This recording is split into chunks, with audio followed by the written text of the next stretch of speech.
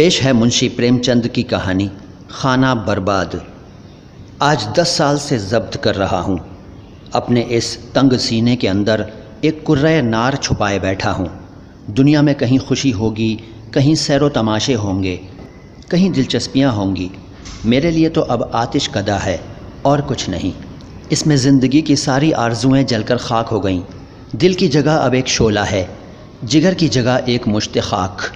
کس سے اپنی داستان درد کہوں؟ کہنے سے حاصل ہی کیا؟ اس کی دوا اب موت کے سوائے اور کچھ نہیں۔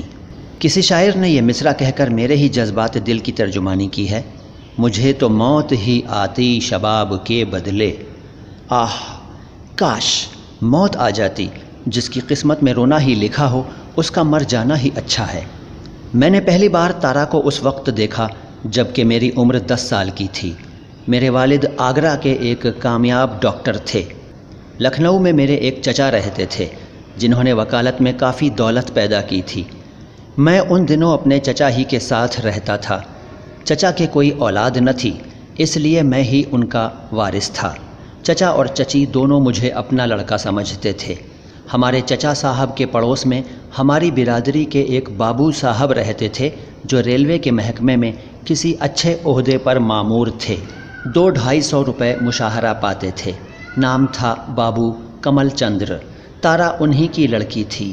تارا اس وقت 5 سال کی ہوگی۔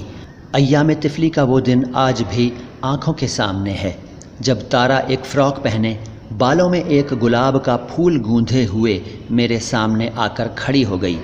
کہہ نہیں سکتا کیوں میں اسے دیکھ کر کچھ جھینپ سا گیا۔ مجھے وہ دیو کنیا سی معلوم ہوئی۔ تارا اکثر میرے گھر آتی۔ اس کے گھر میں کھیلنے کی جگہ نہ تھی۔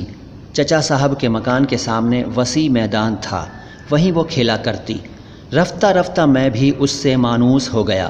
میں جب اسکول سے لوٹتا تو تارا دوڑ کر میرے ہاتھوں سے کتابوں کا بستہ لے لیتی۔ جب میں اسکول جانے کے لیے گاڑی میں بیٹھتا تو وہ بھی آ کر میرے ساتھ بیٹھ جاتی۔ ایک دن اس کے سامنے چچی نے چچا صاحب سے کہا: تارا کو میں اپنی بہو بناؤں گی۔ کیوں کرشنا، تو تارا سے بیاہ کرے گا؟ میں مارے شرم کے باہر بھاگ گیا، لیکن اس دن سے اکثر چچا اور چچی دونوں ہمارے بیاہ کا مذاق کیا کرتے۔ ان موقعوں پر میں تو شرما کر باہر بھاگ جاتا، مگر تارا خوش ہو جاتی تھی۔ دونوں خاندانوں میں اتنا ربط و ضبط تھا کہ اس کا ہو جانا کوئی غیر ممکن امر نہ تھا۔ تارا کے ماں باپ کو شاید یقین تھا کہ تارا سے میری شادی ہوگی۔ جب کبھی اس کے گھر جاتا تو میری آؤ بھگت ہوتی۔ تارا کی ماں اسے میرے ساتھ چھوڑ کر کسی بہانے سے ٹل جاتی تھیں۔ کسی کو اب اس میں شک نہ تھا کہ تارا ہی اس گھر کی رانی ہوگی۔ ایک دن اس معصوم لڑکی نے ایک مٹی کا گھروندہ بنایا۔ میرے مکان کے سامنے ایک نیم کا درخت تھا، اسی کے نیچے اس کا گھروندہ تیار ہوا۔ اس میں کئی ننھے ننھے کمرے تھے، کچھ مٹی کے برتن تھے، ایک ذرا سی چارپائی تھی۔ میں نے جا کر دیکھا تو وہ جان و دل سے گھروندہ بنانے میں مصروف تھی۔ مجھے دیکھتے ہی وہ دوڑ کر میرے پاس آئی اور بولی: کرشنا چلو ہم اپنا گھر دکھائیں، میں نے ابھی بنایا ہے۔ میں نے گھر دیکھا تو ہنس کر بولا: اس میں کون رہے گا تارا؟ تارا نے خجالت آمیز متانت سے کہا: کیوں، ہم اور تم کہاں رہیں گے؟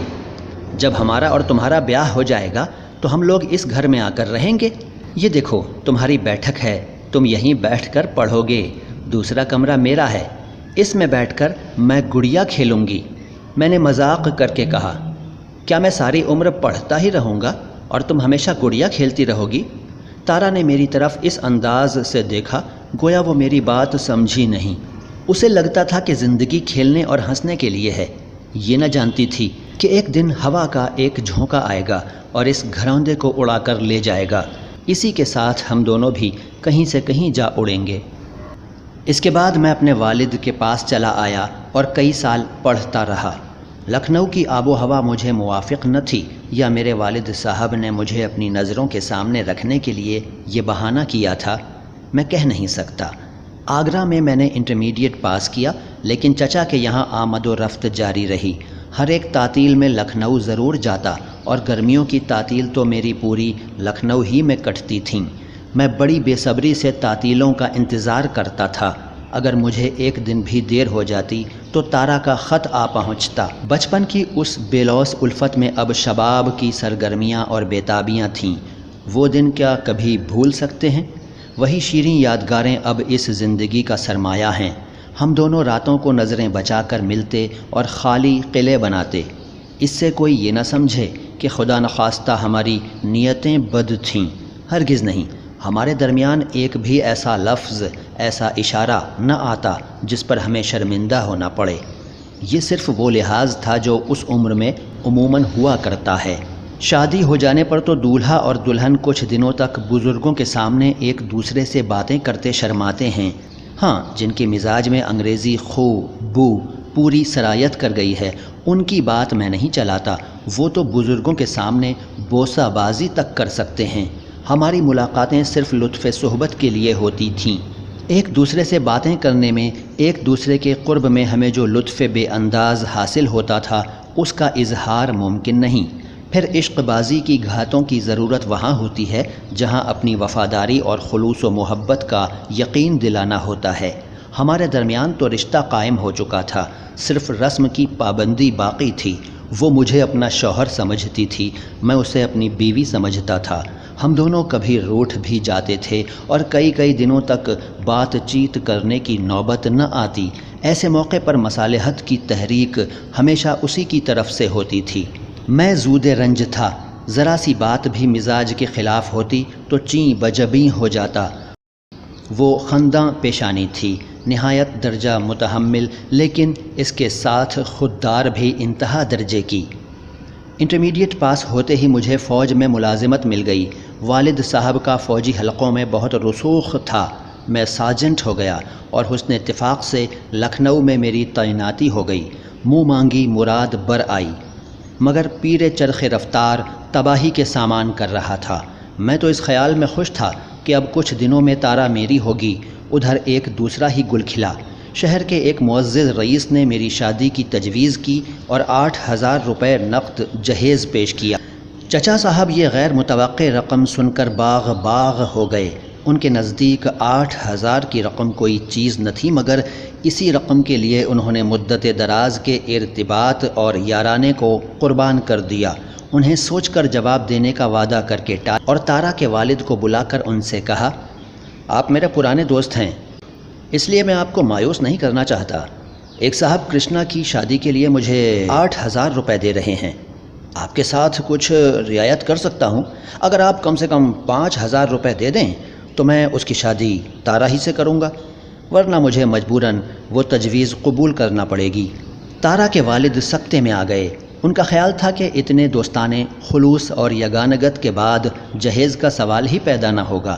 بولے، آپ مذاق کر رہے ہیں یا سچ مچ مجھ سے جہیز کا مطالبہ کر رہے ہیں؟ مجھے یقین نہیں آتا۔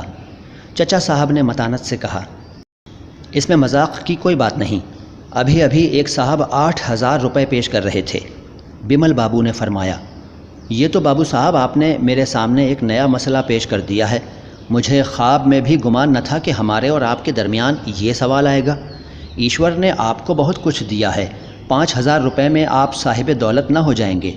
ہاں، یہ رقم میرے امکان سے باہر ہے۔ سوچئے، آپ ایک طے شدہ بات کو الٹ کر کتنی بڑی بے انصافی کر رہے ہیں۔ آج 10 سال سے ہم کرشنا کو اپنا داماد سمجھتے آئے ہیں۔ آپ کی باتوں سے بھی بارہا اس کی تصدیق ہو چکی ہے۔ کرشنا اور تارا میں جو محبت ہے وہ آپ سے پوشیدہ نہیں۔ ایشور کے لیے چند ہزار روپیوں کے لیے اتنی جانوں کا خون نہ کیجیے۔ چچا صاحب نے معذری کا اظہار کرتے ہوئے کہا، بمل بابو، مجھے سخت افسوس ہے کہ میں اس معاملے میں اور زیادہ نہیں دب سکتا۔ بمل بابو نے ذرا تیز ہو کر کہا، آپ نے اب تک کبھی جہیز کا ذکر نہیں کیا۔ چچا صاحب، مجھے یاد نہیں آتا میں نے کبھی آپ سے اس معاملے میں کسی قسم کا وعدہ کیا ہے۔ بمل، باقاعدہ طور پر ضرور کوئی بات ہمارے درمیان نہیں ہوئی، لیکن اشارتاً کتنی ہی بار یہ ذکر آ چکا ہے۔ چچا صاحب، آپ میرا احسان نہیں مانتے کہ میں آپ کے ساتھ کتنی رعایت کر رہا ہوں۔ بمل، آپ میرا گلا گھوٹیں اور میں آپ کا احسان مانوں، اتنی فیاضی مجھ میں نہیں ہے۔ اگر مجھے معلوم ہوتا کہ آپ اتنے بڑے بندہ زر ہیں تو میں آپ سے کنارہ کش رہتا۔ میں آپ کو ایک شریف اور بامروت آدمی سمجھتا تھا، لیکن معلوم ہو گیا کہ آپ بھی کوڑیوں کے غلام ہیں، جس کی نگاہوں میں انسان کی کوئی وقعت نہیں۔ جس کے سامنے رونے اور ہمدردی کی کوئی وقت نہیں اسے میں شریف نہیں کہہ سکتا۔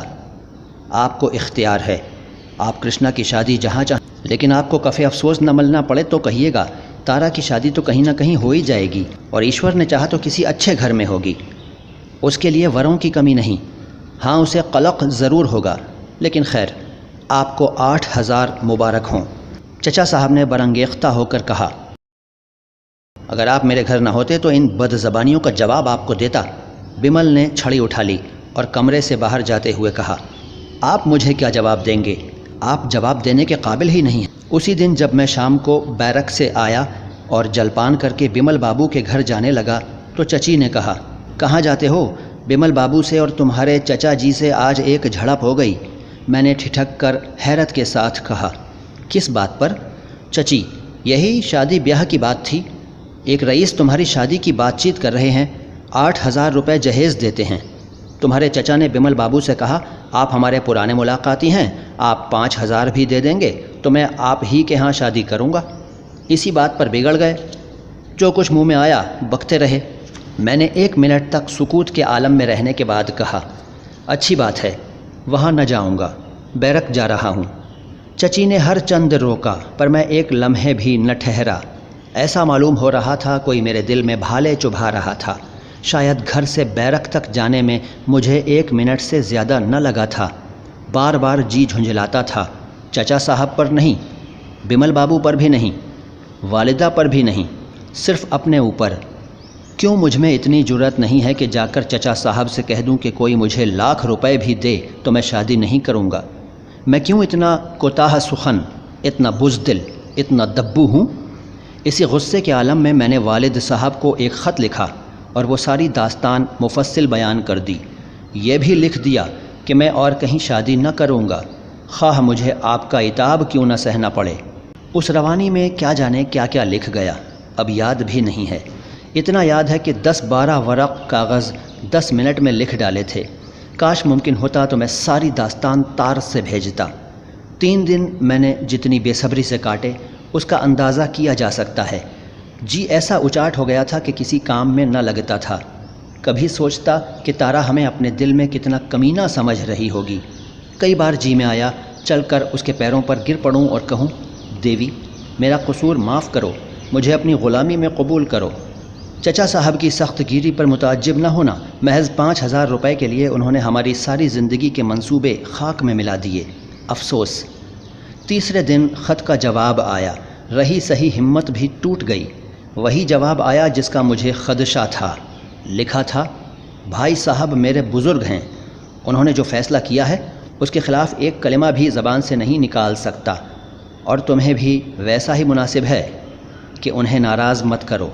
میں نے خط کو چاک کر کے پیروں سے کچل دیا اور اسی وقت بمل بابو کے گھر کی طرف چلا۔ کاش اس وقت کوئی میرا راستہ روک لیتا تو میں ان کے دروازے تک پہنچ جاتا، مگر وہاں مزاحمت کرنے والا کون بیٹھا تھا؟ کچھ دور چل کر ہمت نے پھر جواب دے دیا، لوٹ آیا۔ کہہ نہیں سکتا کیا سوچ کر لوٹا۔ چچا صاحب کی خفگی کا مجھے ذرہ بھر خوف نہ تھا، میں ان کی ساری دولت کو ٹھکرا دینے کو تیار تھا۔ والد صاحب کی ناراضگی کا بھی خیال نہ تھا، خیال صرف یہ تھا کہ کون منہ لے کر جاؤں، آخر میں انہی چچا کا بھتیجا ہی تو ہوں۔ بمل بابو مجھ سے مخاطب نہ ہوئے یا جاتے ہی جاتے مجھے دھتکار دیا تو میرے لیے ڈوب مرنے کے سوائے اور کیا رہ جائے گا؟ سب سے بڑا خوف یہ تھا کہ کہیں تارا مجھ سے ملنے سے انکار کر دے تو میری کیا حالت ہوگی؟ ہائے تارا، تغافل شعار تارا، نا موقع شناس تارا، اگر تو نے اس وقت مجھے تسکین کے 2 کلمے لکھ بھیجے ہوتے تو آج یہ زندگی میرے لیے باغ و بہار ہوتی۔ تیری خاموشی نے مجھے ہمیشہ کے لیے خانمہ خراب کر دیا۔ 3 دن پھر میں نے انگاروں پر لوٹ لوٹ کر کاٹے۔ مصمم ارادہ کر لیا کہ اب کسی سے نہ ملوں گا، سمجھ لوں گا کہ دنیا میں یتیم پیدا ہوا، میرا کوئی نہیں۔ چچا صاحب کی تو صورت سے نفرت ہو گئی تھی، مگر تیسرے دن شام کو چچا صاحب کا ایک رقہ پہنچا، مجھے بلایا تھا۔ جی میں آیا کہ لکھ دوں کہ میرا آپ سے کوئی تعلق نہیں، آپ سمجھ لیجئے کہ میں مر گیا۔ مگر پھر ان کے احسانات اور ان کی محبت یاد آ گئی۔ شام کو دل میں اعلان جنگ کا جوش و خروش لیے میں چچا صاحب کی خدمت میں حاضر ہوا۔ چچا صاحب نے مجھے سر سے پیر تک دیکھ کر کہا، آج کل تمہاری طبیعت اچھی نہیں تھی کیا؟ آج بابو سیتا رام تشریف لائے تھے، تم سے کچھ باتیں کرنا چاہتے ہیں۔ کل صبح کو موقع ملے تو چلے آنا، تمہیں لوٹنے کی جلدی نہ ہو تو اسی وقت بلا بھیجوں۔ میں سمجھ تو گیا کہ یہ بابو سیتا رام کون ہیں، لیکن تجاہل جتا کر بولا، بابو سیتا رام صاحب کون ہیں؟ مجھے تو ان سے کبھی نیاز حاصل نہیں ہوا۔ چچا صاحب نے چیں بجبیں ہو کر کہا، اجی یہ وہی صاحب ہیں جو تمہاری شادی کے لیے گھیرے ہوئے ہیں، شہر کے رئیس اور خاندانی آدمی ہیں، ان کی لڑکی بہت اچھی ہے، میں نے ہاں کر لیا ہے۔ میں نے غصے کے ایک امنڈتے ہوئے سیلاب کو روک کر کہا، آپ نے ناحق ہاں کیا، میں اپنی شادی نہیں کرنا چاہتا۔ چچا صاحب نے میری طرف قہر کی نظروں سے دیکھ کر کہا، کیوں؟ میں نے اسی بے خوف لہجے میں جواب دیا، اس لیے کہ میں اس معاملے میں آزاد رہنا چاہتا ہوں۔ چچا صاحب نے میری طرف سے آنکھیں ہٹا لیں اور بولے، آزادی کی قیمت دینی پڑے گی، یہ بھی جانتے ہو؟ میں نے ذرا بھی جنبش نہ کی، بولا، جی ہاں، خوب جانتا ہوں۔ تو یہ تمہارا آخری فیصلہ ہے؟ جی ہاں، آخری۔ بہتر ہے۔ یہ کہہ کر وہ اٹھے اور گھر میں چلے گئے۔ میں کمرے کے باہر نکل آیا اور بیرک کی طرف چلا۔ ساری زمین گردش کر رہی تھی، آسمان چکر کھا رہا تھا اور میرا جسم ہوا میں اڑا جاتا تھا۔ معلوم ہوتا تھا پیروں کے نیچے زمین ہے ہی نہیں۔ بیرک میں پہنچ کر میں پلنگ پر لیٹ گیا اور پھوٹ پھوٹ کر رونے لگا۔ سویرے ہماری ریجیمنٹ کو دہرادون جانے کا حکم ہوا۔ مجھے آنکھیں سی مل گئیں۔ اب لکھنؤ کاٹے کھاتا تھا، اس کے در و دیوار سے نفرت سی ہو گئی تھی۔ ایک بار جی میں آیا کہ چل کر تارا سے مل لوں، مگر پھر وہی خیال مانے ہوا، کہیں وہ مخاطب نہ ہوئی تو؟ میں اپنے پیروں پر کھڑا ہو سکتا تھا، مجھے والد یا چچا کی امداد کی مطلق ضرورت نہ تھی۔ ایک طرح سے انہوں نے مجھے خانہ بدر کر دیا تھا، لیکن ان سب باتوں کے باوجود تارا کو اپنا کیوں نہ کر سکا، کہہ نہیں سکتا۔ شاید میری اس بے سر و سامانی میں بمل بابو ہی مجھ سے مخاطب نہ ہوں۔ ممکن تھا کچھ دنوں کے بعد میرے مفلوج حواس توازن پر آ جاتے اور میں اپنے طریقہ کار کا تصفیہ کر لیتا، لیکن دہرادون پہنچے ایک ہفتہ بھی نہ ہوا تھا کہ مجھے ایک خط ملا۔ پتہ دیکھا تو میرے ہاتھ کانپنے لگے اور سارے جسم پر رعشہ سا آ گیا۔ شاید شیر کو سامنے کھڑا دیکھ کر بھی اتنا خائف نہ ہوتا۔ ہمت نہ پڑتی تھی کہ خط کھولوں۔ وہی تحریر تھی جسے دیکھ کر میری آنکھوں میں سرور سا چھا جاتا تھا، جسے بوسے دیتا تھا اور سینے سے لگاتا تھا، مگر آج وہ کالے حروف کالی ناگنوں سے بھی زیادہ خوفناک تھے۔ قیاس دوڑا رہا تھا کہ اس نے کیا لکھا ہوگا، مگر قیاس کی انتہائی پرواز بھی خط کے مضمون تک نہ پہنچ سکی۔ بڑی مشکلوں سے خط کھولا تو آنکھوں میں اندھیرا چھا گیا۔ معلوم ہوا کسی نے لوہے کی سلاخ جگر میں چبھو دی۔ تارا کی شادی طے ہو گئی تھی، شادی ہونے میں اب صرف 24 گھنٹے باقی تھے۔ اس نے مجھ سے اپنی خطاؤں کی معافی مانگی تھی اور التجا کی تھی کہ مجھے بھلا مت دینا۔ خط کا آخری جملہ پڑھ کر میری آنکھوں سے آنسوؤں کی جھڑی لگ گئی۔ لکھا تھا، یہ آخری پیار لے لو، اب آج سے میرے اور تمہارے درمیان صرف انسانیت اور ہمدردی کا رشتہ ہے۔ اگر تمہیں کچھ اور سمجھوں تو اپنے شوہر کے ساتھ بے وفائی ہوگی، جسے شاید تم سب سے زیادہ ناپسند کرو گے۔ بس اس سے زیادہ اب نہ لکھوں گی۔ بہت اچھا ہوا کہ تم یہاں سے چلے گئے، تم رہتے تو تمہیں بھی صدمہ ہوتا اور مجھے بھی، مگر پیارے، اپنی اس ابھاگنی تارا کو بھول نہ جانا، تم سے یہی التجا ہے۔ میں خط ہاتھ میں لیے ہوئے لیٹ گیا، ایسا معلوم ہوتا تھا کہ سینہ پھٹ جائے گا۔ بھگوان، اب کیا کروں؟ جب تک میں لکھنؤ پہنچوں گا اس وقت تک بارات دروازے پر آ چکی ہوگی، لیکن تارا کو آخری بار دیکھنے کی خواہش کو میں کسی طرح روک نہ سکتا تھا۔ یہی اب زندگی کی آخری آرزو تھی۔ اس کے بعد پھر یہ دل انہی آرزوؤں کا مزار ہوگا اور اس مزار پر آنسوؤں کے پھول چڑھائے جائیں گے۔ میں نے جا کر کمانڈنگ افسر سے کہا، مجھے ایک ضرورت لکھنؤ جانے کے لیے مجبور کر رہی ہے، 3 دن کی رخصت چاہتا ہوں۔ افسر نے کہا، چھٹی نہیں مل سکتی۔ میرا جانا ضروری ہے۔ تم نہیں جا سکتے۔ میں کسی طرح رک نہیں سکتا۔ تم کسی طرح نہیں جا سکتے۔ میں نے اور زیادہ اصرار فضول سمجھا، وہاں سے چلا آیا اور شام کو سب کی نگاہ بچا کر اسٹیشن پر آ پہنچا۔ کورٹ مارشل کا اب مجھے مطلق خوف نہ تھا۔ جب میں لکھنؤ پہنچا تو شام ہو گئی تھی۔ جب خوب اندھیرا ہو گیا تو میں اپنی قسمت کے ناٹک کا آخری منظر دیکھنے چلا۔ بارات دروازے پر آ گئی تھی، گیس کی روشنی ہو رہی تھی، باراتی لوگ جمع تھے۔ ہمارے مکان کی چھت تارا کی چھت سے ملی ہوئی تھی۔ راستہ مردانہ کمرے کی بغل سے تھا۔ چچا صاحب شاید کہیں سیر کرنے کو گئے ہوئے تھے۔ نوکر چاکر سب بارات کی بہار دیکھ رہے تھے۔ میں چپکے سے زینے پر چڑھا اور چھت پر جا پہنچا۔ وہاں اس وقت بالکل سناٹا تھا۔ اسے دیکھ کر میرا دل بھر آیا۔ ہائے، یہی وہ مقام ہے جہاں مے الفت کے دور چلتے تھے۔ یہیں میں تارا کے ساتھ بیٹھ کر زندگی کے منصوبے باندھتا تھا اور محبت کی داستان کہتا تھا۔ اس زمین کا ایک ایک ذرہ میرے لیے متبرک تھا، مگر افسوس آج میرے دل کی طرح یہ بھی ویران تھا، تاریک تھا۔ میں اسی زمین سے لپٹ کر خوب رویا، یہاں تک کہ میری ہچکیاں بندھ گئیں۔ کاش اس وقت تارا وہاں آ جاتی تو میں اس کے قدموں پر سر رکھ کر ہمیشہ کے لیے سو جاتا۔ مجھے ایسا معلوم ہوتا تھا کہ تارا کی پاکیزہ روح میری حالت پر افسوس کر رہی ہے۔ آج بھی وہ یہاں ضرور آئی ہوگی۔ اس کی عنبرین زلفوں کی خوشبو زمین سے آ رہی تھی۔ میں نے جیب سے رومال نکالا اور اس زمین کی خاک جمع کرنے لگا۔ دم کے دم میں نے ساری چھت صاف کر ڈالی اور اس خاک کو رومال میں باندھ کر گھنٹوں رویا۔ یہی مشت خاک میری محبت کا انعام ہے، یہی میری محبت کا حاصل ہے، یہی میری کشف الفت کی پیداوار ہے۔ ہائے ری ناکامی! نیچے شادی کی رسوم ہو رہی تھیں۔ ٹھیک آدھی رات کے وقت دلہن منڈپ کے تلے آئی۔ اب بھانوریں ہوں گی۔ میں چھت کے کنارے چلا آیا اور وہ جگر خراش منظر دیکھنے لگا۔ بس یہی معلوم ہو رہا تھا کہ کوئی جگر کے ٹکڑے کیے ڈالتا ہے۔ تعجب ہے کہ میرا سینہ کیوں نہ پھٹ گیا۔ کسی عزیز کی لاش چتا پر جلتے دیکھ کر بھی شاید اس سے زیادہ صدمہ نہ ہوتا ہو۔ بھانوریں ختم ہو گئیں تو میں کوٹھے سے اترا۔ اب کیا باقی تھا؟ چتا کی راکھ بھی پانی میں بہہ چکی تھی۔ دل کو تھامے نیم جان زینے کے دروازے تک آیا، مگر وہ دروازہ باہر سے بند تھا۔ اب کیا ہو؟ الٹے قدم لوٹا۔ اب تارا کے آنگن سے ہو کر جانے کے سوا دوسرا راستہ نہ تھا۔ میں نے سوچا اس جمگھٹ میں مجھے کون پہچانتا ہے، نکل جاؤں گا۔ لیکن جو ہی آنگن میں پہنچا کہ تارا کی ماں نے دیکھ لیا، چونک کر بولی، کون؟ کرشن بابو، تم کب آئے؟ آؤ میرے کمرے میں آؤ، تمہارے چچا صاحب کے خوف سے ہم نے تمہیں نوید نہ بھیجا۔ تارا صبح کو بدا ہو جائے گی، آؤ اس سے مل لو۔ یہ کہتے ہوئے انہوں نے میرا بازو پکڑ لیا اور مجھے کشاں کشاں اپنے کمرے میں لے گئیں۔ پھر پوچھا، اپنے گھر سے ہوتے آئے ہو نا؟ میں نے کہا، میرا گھر یہاں کہاں ہے؟ کیوں، تمہارے چچا کا گھر نہیں ہے؟ ہاں، چچا جی کا گھر ہے، میرا گھر اب کہیں نہیں ہے۔ تو کیا تم سیدھے اسٹیشن سے چلے آ رہے ہو؟ تب تو کچھ کھایا بھی نہ ہوگا۔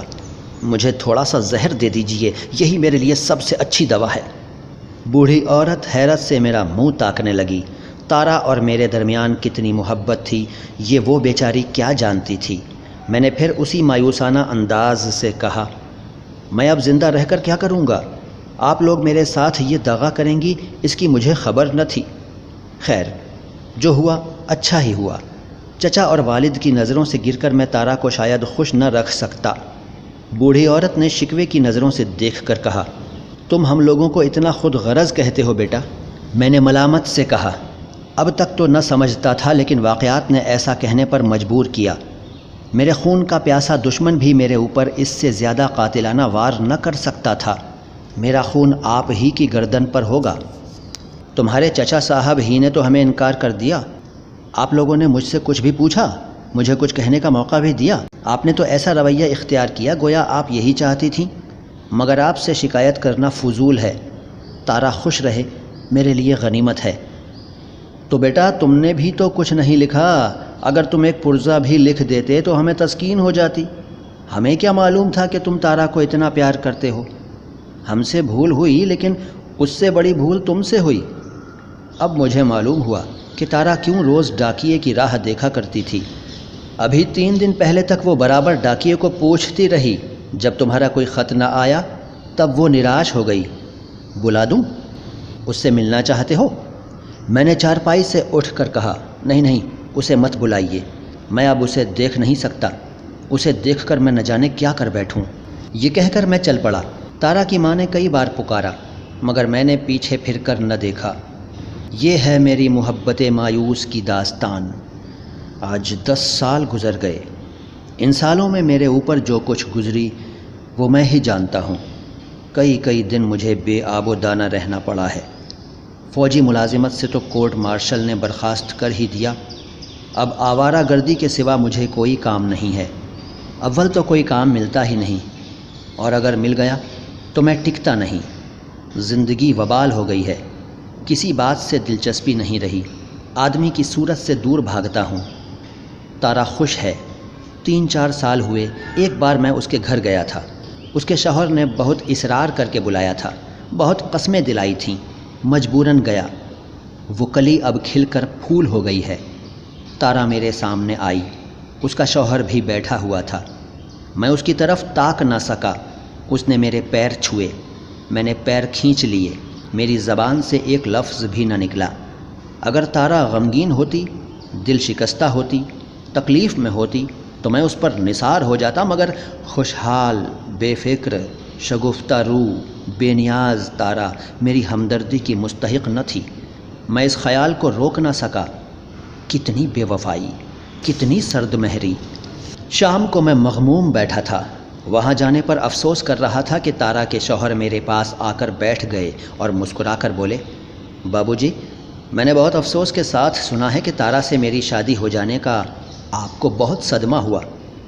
تارا جیسی عورت شاید دیوتاؤں کو بھی خود غرض بنا دیتی، لیکن میں آپ سے سچ کہتا ہوں، اگر میں جانتا کہ آپ کو اس سے اس درجہ عشق ہے تو میں ہرگز آپ کی راہ میں کانٹا نہ بنتا۔ افسوس یہی ہے کہ مجھے بہت پیچھے معلوم ہوا۔ آپ کی محبت کی داستان تارا مجھ سے کہہ چکی ہے۔ میں نے مسکرا کر کہا، تب تو آپ مجھ سے بدگمان ہوں گے۔ اس نے جوش سے کہا، اس کے برعکس میں آپ کا احسان مند ہوں۔ محبت کا اتنا پاکیزہ، بے لوث اور اعلیٰ معیار اس کے روبرو رکھا۔ وہ آپ کو اب بھی اسی محبت سے یاد رکھتی ہے۔ شاید کوئی دن نہیں جاتا کہ آپ کا کوئی ذکر نہ کرتی ہو۔ یہ آپ ہی کی صحبت کا فیض ہے کہ وہ اس درجہ بے نفس، بے غرض اور شاکر ہے۔ اس کا دل محبت کا سرچشمہ ہے۔ آپ کی محبت کو وہ اپنی زندگی کی سب سے پیاری چیز سمجھتی ہے۔ آپ شاید سمجھتے ہوں کہ ان دنوں کو یاد کر کے اسے افسوس ہوتا ہوگا۔ مطلق نہیں، وہ دن اس کی زندگی کی سب سے شیریں یادگار ہیں۔ وہ کہتی ہے، میں نے کرشن کو تم میں پایا ہے اور میرے لیے اتنا ہی کافی ہے۔ دوستو، آپ سن رہے تھے منشی پریم چند کی اردو کہانی خانہ برباد۔ یہ کہانی آپ کو کیسی لگی کمنٹ باکس میں لکھ کر ضرور بتائیے گا۔ منشی پریم چند کی کوئی اور کہانی سننا چاہیں تو مجھے بتائیے، میں آپ کی پسند پر وہ کہانی پڑھنے کی پوری کوشش کروں گا۔ میرا نام ہے معین شمسی اور یہ چینل ہے نو بکواس باتیں خاص۔ سلام ہندوستان۔